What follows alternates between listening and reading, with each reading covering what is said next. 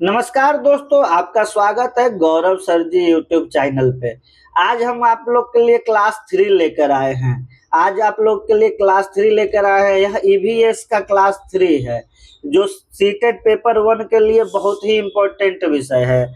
इसमें आज हम लोग वैसे ही जैसे पिछले 2 क्लासों में शॉर्ट में सिलेबस को चीजों को समझा वैसे समझेंगे। यह क्लास बहुत छोटा रहने वाला है। बहुत छोटा मतलब 10 से 15 मिनट का यह क्लास होगा। तो इसके लिए मैं आपको सबसे पहले कहूंगा कि आप कॉपी और पेन लेकर बैठिए, क्योंकि इसमें जितने भी चीजें पढ़ाई गई है वह एक एक चीज इम्पोर्टेंट है। यह कहते हैं कोयले के खान में से हीरा निकाला हुआ है। एक एक चीज आपके लिए बहुत ज्यादा जरूरी है। एक एक चीज बहुत ज्यादा इम्पोर्टेंट है।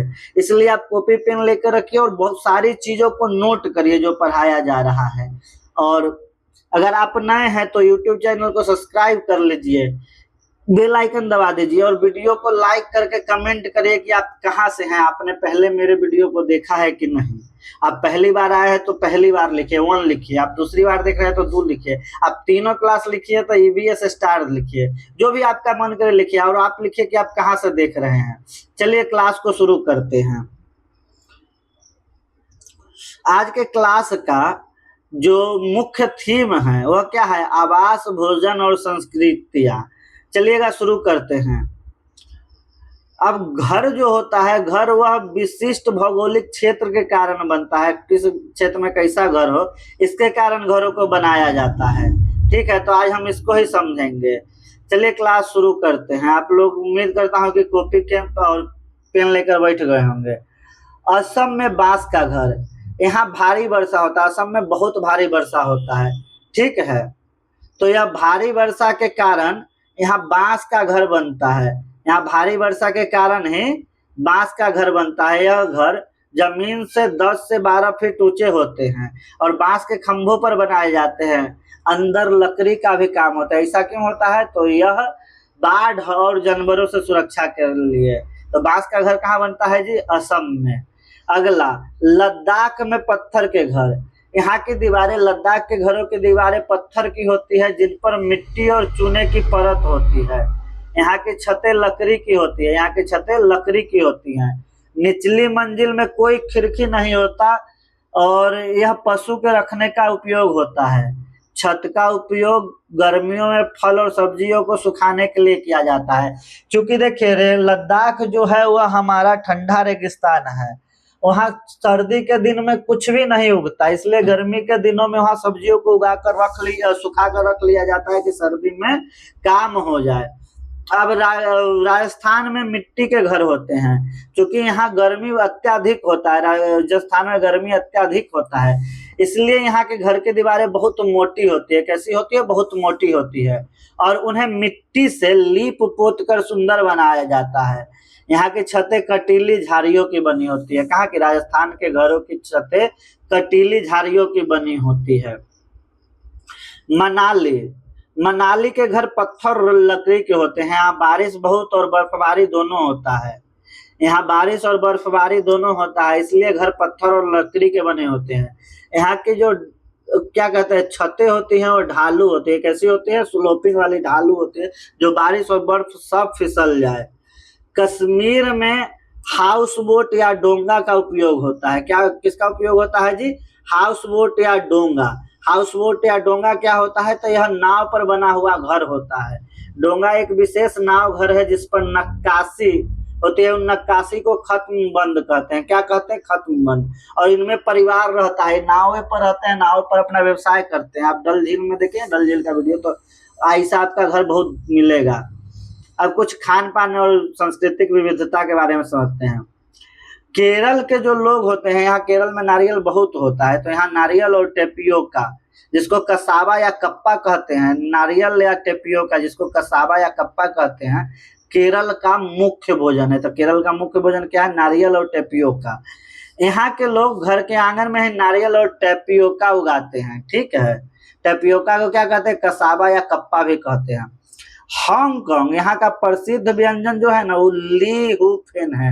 हांगकांग का प्रसिद्ध व्यंजन क्या है जी? ली हू फेन। यह किससे बनता है? तो यह सांप के मांस से बनता है। किसके बनता है? सांप के मांस से बनता है। देखिए कश्मीर के जो लोग होते हैं वह सरसों तेल में बनी हुई मछलियों को खाना खूब पसंद करते हैं। कहाँ के लोग? कश्मीर के लोग सरसों तेल में बनी मछलियों को खाना पसंद करते हैं। गोवा, गोवा में नारियल तेल में बनी समुद्री मछलियों को खाया जाता है। क्या खाया जाता है? तो समुद्री मछलियों को। किस चीज में? तो नारियल तेल में बनी हुई समुद्री मछलियों को गोवा में खाया जाता है।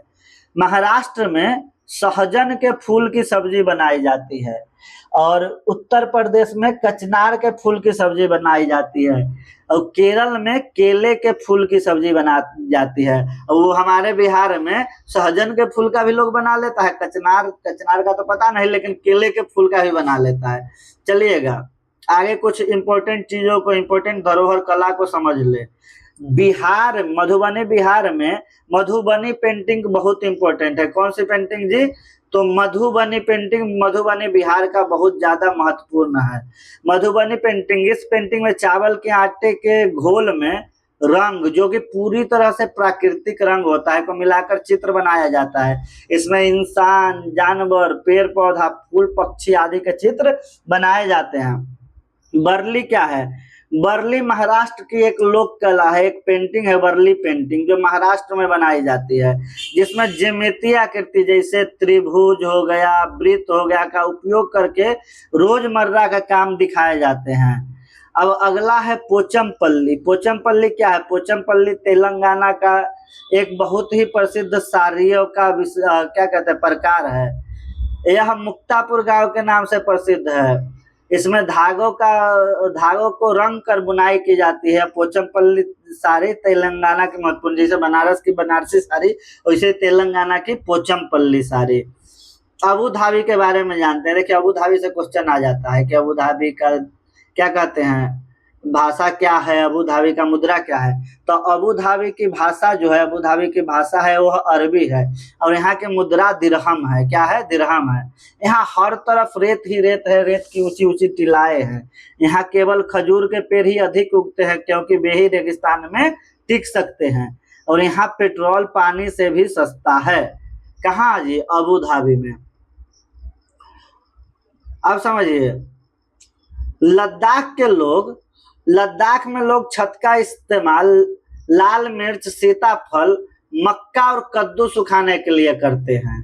कश्मीर की नावों में जो नक्काशी होती है उसको खत्मबंद कहा जाता है। क्या कहा जाता है? खत्मबंद। टेपियोका को कप्पा भी कहते हैं, टेपियोका को कप्पा भी कहते हैं। मिड डे मील योजना, यह योजना बच्चों को स्कूल में पौष्टिक भोजन और ठहराव के लिए शुरू की गई थी। अब कुछ प्रश्नों को देख लेते हैं जो हम जिस तरीके से देखते हैं। लद्दाख के निचली घरों में खिड़कियां क्यों नहीं होती जी? क्योंकि वहाँ सर्दी बहुत होता है, तो सर्दी से बचाव के लिए और जानवरों को सुरक्षित रखने के लिए निचली घरों में, निचले तल्लों में खिड़कियां नहीं होती। असम के घर ऊंचाई पर क्यों बनाए जाते हैं? तो भारी वर्षा, बाढ़ प्लस जानवरों से बचने के लिए। किससे बचने के लिए? भारी वर्षा, बाढ़ प्लस जानवरों से बचने के लिए। ली हू फेन कहाँ का प्रसिद्ध व्यंजन है? ली हू फेन कहाँ का प्रसिद्ध खाना है? तो यह हांगकांग का प्रसिद्ध व्यंजन है। यह सांप के मांस से बनता है। किसके मांस से बनता है? सांप के मांस से बनता है। मधुबनी पेंटिंग के लिए कौन से रंगों का उपयोग किया जाता है? तो चावल के आटे में के घोल में मिले प्राकृतिक रंगों से का उपयोग हो जाता है। अबू धाबी में खजूर के पेड़ अधिक क्यों है? क्योंकि वे रेतीली मिट्टी और कम पानी वाले जलवायु में खजूर के पेड़ उग सकते हैं। डोंगा और हाउस बोट में क्या अंतर है? डोंगा और हाउस बोट में क्या अंतर है? तो हाउस बोट पर पर्यटक रहते हैं लेकिन डोंगा में स्थानीय परिवार रहते हैं। पोचमपल्ली बुनाई किस राज्य की विशेषता है? तो जी पोचमपल्ली बुनाई तेलंगाना राज्य की विशेषता है। सरसों का तेल में मछली खाना किस राज्य की संस्कृति है? तो यह कश्मीर की संस्कृति है। कचनार के फूल की सब्जी मुख्य भोजन कहाँ होता है? कचनार के फूल की सब्जी कहाँ का मुख्य भोजन है? तो यह उत्तर प्रदेश का मुख्य भोजन है। और बरली कला की मुख्य विशेषता क्या होती है? तो यह दैनिक जीवन, शिकार, खेती और सामाजिक समारोह का चित्र बनाता है। किससे बनाता है? तो ज्यामितीय आकृति जैसे कि त्रिभुज और वृत्त। देखिए मैं त्रिभुज और वृत्त से एक वर्ली पेंटिंग जैसा कुछ बनाने का प्रयास कर रहा हूँ, है ना? कुछ आदमी जैसा लग रहा है तो ऐसा ही वर्ली पेंटिंग बनता है। तो चलिए दोस्तों, आज का यह क्लास होता है समाप्त। आप लोग 2 मिनट रुक के कुछ बात कर लेते हैं। दोस्तों आज के क्लास में हम लोगों ने जो भी सीखा, यह सीटेट के ईवीएस के पेपर 1 की दृष्टि से बहुत महत्वपूर्ण शॉर्ट है। यह आपका निचोड़ है। पिछले 5 वर्षों में जो प्रश्न आए हैं उन सब के सिलेबस का निचोड़ है, जिसमें आप इसको ना एक परीक्षा से पहले भी देख सकते हैं, एक दिन पहले, और 20 से 25 नंबर स्कोर इन 5 वीडियो को देखकर, 20 से 25 नहीं, 20 से मैं कह दूं 30 नंबर स्कोर कर सकते हैं। इन सभी वीडियो को देखकर आप 20 से 30 नंबर स्कोर कर सकते हैं। और यह छोटे हैं लेकिन बहुत ही ज्यादा इंपॉर्टेंट सिलेबस को कवर करते हैं। तो अभी तक आपको वीडियो अच्छा लगा होगा तो वीडियो को लाइक कीजिए, बेल आइकन दबाइए और कमेंट में बताइए कि आप कहाँ से हैं। चैनल को अगर आपने सब्सक्राइब नहीं किया है तो सब्सक्राइब जरूर कीजिए। तब तक के लिए नमस्कार, प्रणाम, मिलते हैं अगले वीडियो में। जय हिंद, जय बिहार, अब की बार सीटेट पार।